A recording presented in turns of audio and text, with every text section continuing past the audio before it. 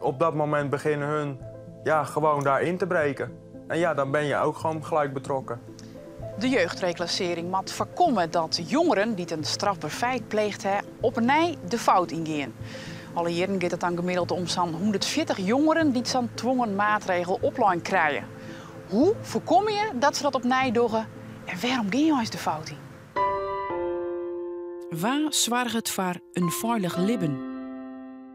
In deze serie van Binnenuit zorg ik bij het Regiecentrum Bescherming en Veiligheid. Hier werk je 250 mensen om de veiligheid van 10.000 gezinnen. Jeugdbescherming en reclassering en veilig thuis. En dat is ingewikkeld werk. Meestentijds onder dwang. Terugpakken bij dilemma's voor elk baan, elke volwassene in een onveilige situatie. Hoe werkt dat?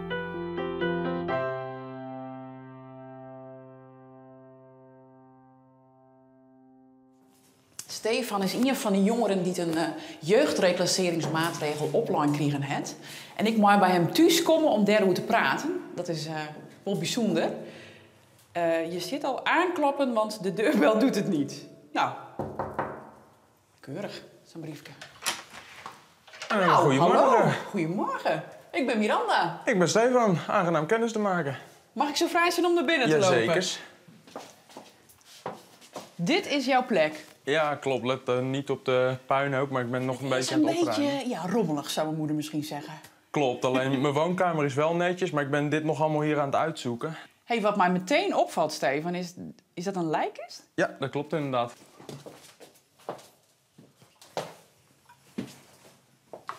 En de 1,5 meter, hè? Ja, dat wordt een beetje lastig. Ja, zo'n kist is ook al 2 meter, dus als we nog aan beide kanten van de kist gaan staan. Het gaat goed. Het liefst wil ik begrafenisondernemer worden. Het allerliefst wil ik rouwautochauffeur worden. Ja. Maar ja, weet je, ik hoop dat dat in de toekomst wel kan gebeuren. Want dat is echt wel mijn droombaan. Waarom zou het niet kunnen gebeuren? Omdat het heel lastig is om in de begrafenisondernemerswereld terecht te komen. Het is niet bijvoorbeeld dat je bij een New York Pizza binnenstapt van... joh, weet je, kan ik je morgen bezorgen? Ja, zo werkt dat niet. Ja, dat is natuurlijk heel wat anders, pizza's, oké. Klopt. Willeke is de jeugdreclasseerder van Stefan. Nou, wij komen meestal in beeld als er een maatregel opgelegd is, dus verplicht. Door een rechter? Ja, door de rechter of officier van justitie kan het ook doen, dan een half jaar. De meeste maatregelen die we hebben zijn toch wel de 2-jarige maatregelen. En ja, dan hebben de jongeren toch iets gedaan wat strafbaar is en daar zijn ze voor veroordeeld. En dan hebben ze dus een verplichte maatregel opgelegd gekregen. Dus ze verplicht mee moeten werken aan begeleiding. De maatregel van 2 jaar zit er intussen op. Ze zullen evalueren. Stefan gaat op zijn scootmobiel die kant uit. Hij kan het al te lang op voeten staan, want hij had botlast van de knibbels. Ja, kan net, hè? Zo, ja. En jij parkeert hem daar? Ja. Fijn om hier even af te spreken, want je maatregel is afgelopen, hè? Officieel. Ik ben er nog wel wat om wat nazorg te doen en nog wat dingetjes samen met jou misschien af te ronden. Maar ik wil eigenlijk met jou even terugkijken naar de afgelopen 2 jaar. Of ruim 2 jaar eigenlijk. Ja, dat is ruim 2 jaar geweest inderdaad. Toen zat ik met dat drama dat ik dus dat huis uit was gezet. En dat ik toen op een gegeven moment een tijdje bij die vrienden van me in zou wonen. En dat liep ook steeds slecht. En ik kon geen uitkering krijgen, dat soort dingen. Ik had flinke schulden. Ja. En dat soort drama allemaal. Ja. We kijken heel erg naar van, goh, wat heeft nou gemaakt dat je deze keuze hebt gemaakt of in deze omstandigheden bent terechtgekomen. En waar zit hem dat dan in? Ja, dat is ook weer per jongere heel verschillend. Hè? Wij kijken altijd naar alle leefgebieden. En de leefgebieden, wij noemen dat ook wel criminogene factoren, leefgebieden. Dat kan met de thuissituatie te maken hebben, met school, vrienden. Hoe ga je om met je vrije tijd? Maar ook wel de geestelijke gezondheid, een stukje opvoeding. Dus wij proberen eigenlijk al die gebieden na te gaan en te kijken, goh, waar ligt het dan vooral? Nou ja, welkom in de woonkamer, die wel redelijk netjes is. Goed zo. En behoorlijk zwart. Ja, klopt. Dat is ook mijn favoriete kleur. Dus, nou ja, het is niet echt een kleur, maar... Ja. Mensen die hebben mij betrokken eigenlijk vroeger bij een inbraak bij een zorginstelling. En dat was helemaal niet eens mijn planning of wat dan ook. Want we zouden bijvoorbeeld gewoon buiten even gaan chillen. En op een gegeven moment zeiden we, we gaan even naar mijn huis. En we lopen daar naartoe. En op dat moment beginnen hun gewoon daar in te breken. En dan ben je ook gewoon gelijk betrokken. Hij had op dat moment geen vaste woon- of verblijfplaats, had geen inkomen. Was ook door een andere begeleidende instelling waar hij verbleef... eigenlijk uit huisvesting gezet. Dus hij had nogal wat frustraties ook en weinig vertrouwen in hulpverlening. En hoe kan het dat je weinig vertrouwen in mensen hebt? Door wat er vroeger allemaal in mijn jeugd en zo is gebeurd. Door zogenaamde hulpverleners en zo die mij zouden helpen en dat soort dingen. En door mijn ouders die mij gewoon stempels gaven en wat dan ook. Je bent vaak teleurgesteld geweest in volwassen mensen toen je klein was. Klopt. Ja. En... Ja, je hebt ook daar ook best wel even moeite nog mee gehad dat je dacht van... goh, hoe gaat mijn leven eruit zien en wil ik wel verder met het leven? Klopt.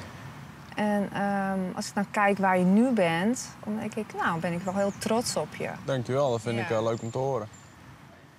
Maar het begon eigenlijk heel vroeger. Eigenlijk toen de eerste begrafenis die ik meemaakte... dat was de begrafenis van mijn broer. Oké.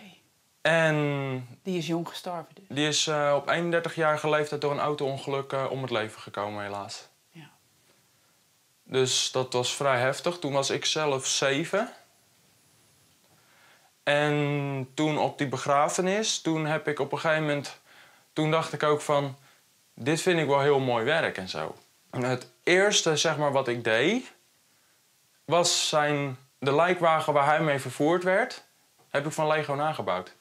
Oké. En dat doe je niet zomaar. Nee. En die hebben mijn ouders nog steeds staan.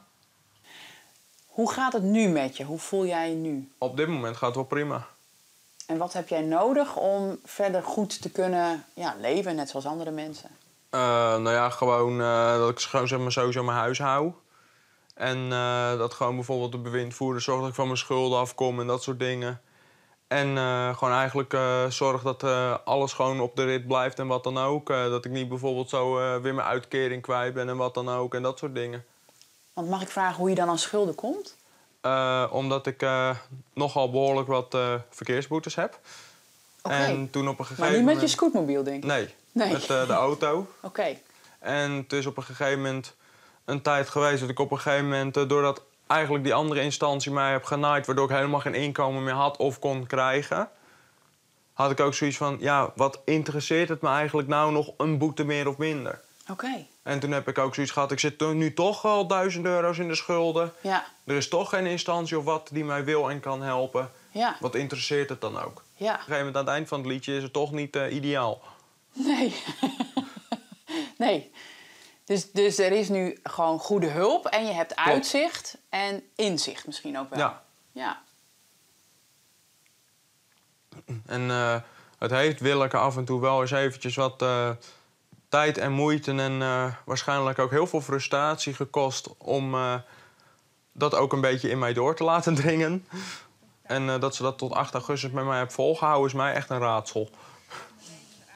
Ik geloof heel erg in deze levensfase dat er nog kansen zijn. Ik denk als je hier geen gebruik van maakt... in deze periode van het leven van een jongere...